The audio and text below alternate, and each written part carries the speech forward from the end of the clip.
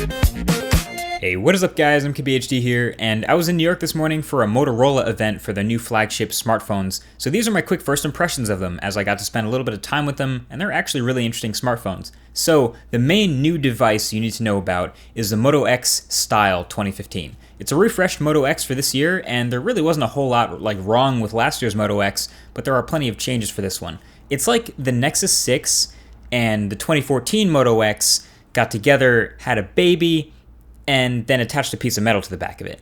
I don't know, that's all I got. But really, this new Moto X reminds me a lot of the Nexus 6 in the hand in a lot of ways. And I use the Nexus 6 for months, so in the hand it really does feel similar and familiar with the big 5.7-inch Quad HD display and the slightly curved glass at the edges and the big curved sloping back. It just screams Nexus 6 to me. You can change the material of the back, of course, through Moto Maker, and there will be plenty of choices, and you will also be able to change the color of that metal strip in the center, so you can get just the right accent color for your look. And that bump on the back, yes, there's a little dimple. It returns for the Moto X. Every Moto X has had a sort of awesome dimple, so I'm glad to see that one there. And the Moto X has, on paper, pretty killer specs, all right? Are you ready? Are you sitting down? Have a listen to this list. Okay, Snapdragon 808 6-core chip inside, which has had no problems in any other devices, 3 gigabytes of RAM, 64 gigabytes of storage, plus an optional microSD card slot for up to 128 more gigabytes, a 3000 milliamp hour battery fit inside this curved back, super fast turbocharging, which they claim is the fastest in any phone, give you something like 10 hours of charge in 15 minutes plugged in, a 5.7-inch Quad HD LCD display, which is about 520 pixels per inch, and it's big, but with really thin bezels, so the whole phone should fit in the same footprint as something like an iPhone 6 Plus, so it's not insanely huge. Stereo front-facing speakers, unlike the single one on the last year's Moto X, so magnificent, loud, crispy audio when watching videos, listening to music, gaming, all that. A brand new, totally revamped 21 megapixel camera on the back with a f2 aperture, dual LED flash, and of course capable of shooting some crispy 4K video. Throw in 802.11 AC Wi-Fi, Bluetooth 4.1, and yes, it has NFC, looking at you OnePlus. And all of the hardware here is paired with a near stock Android experience in the software, so it's tailored to give a few improvements here and there to add function, but also allow for quick updates, so hopefully this phone will be getting Android M pretty early. And so, I mean, all of this is really classic Motorola. On one hand, not really surprised that this lineup is so solid, all starting at just $399. That is a super competitive price. But at the same time, you gotta hand it to them. It's a pretty incredible thing. Looking at something like this, I think it's something I definitely want in my pocket. Now, just seeing the numbers on paper is nice, that's one thing, but I do still have some concerns naturally. Obviously, number one, that camera.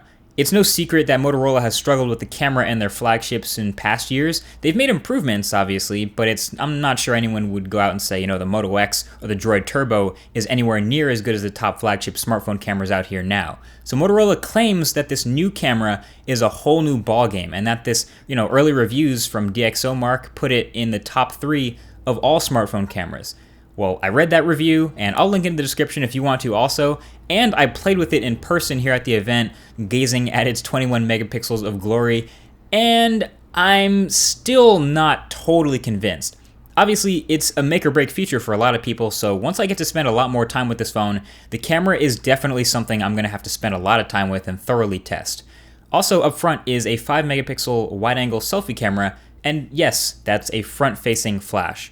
Another concern for me on this phone is the size. The phone has gotten a lot bigger. It definitely feels bigger in pretty much every way in the hand than the old Moto X. In fact, I wish I had the first gen Moto X here to show you just how much this phone has blown up in size over the years. It used to be focused on being small.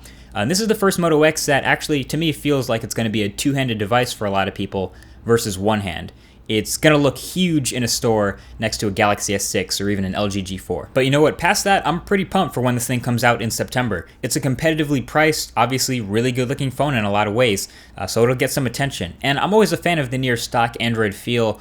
It always seems to have the, buttery smooth performance, and also Moto Assist and Moto Gestures are still there and still useful. You can double chop the phone to get the LED light to light up for a flashlight.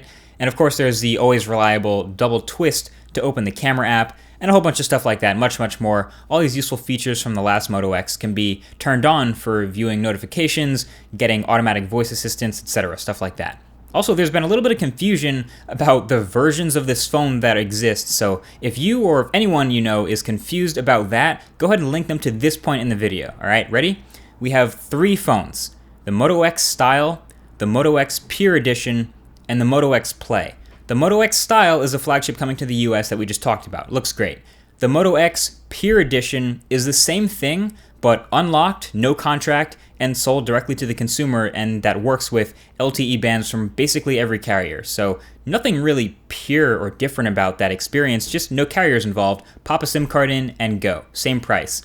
And then the Moto X Play is actually a different phone that's never coming to the US, but it'll cost $100 less, have a smaller 5.5-inch 1080p display, Snapdragon 615, 2 gigs of RAM, and a huge 3,630 milliamp hour battery.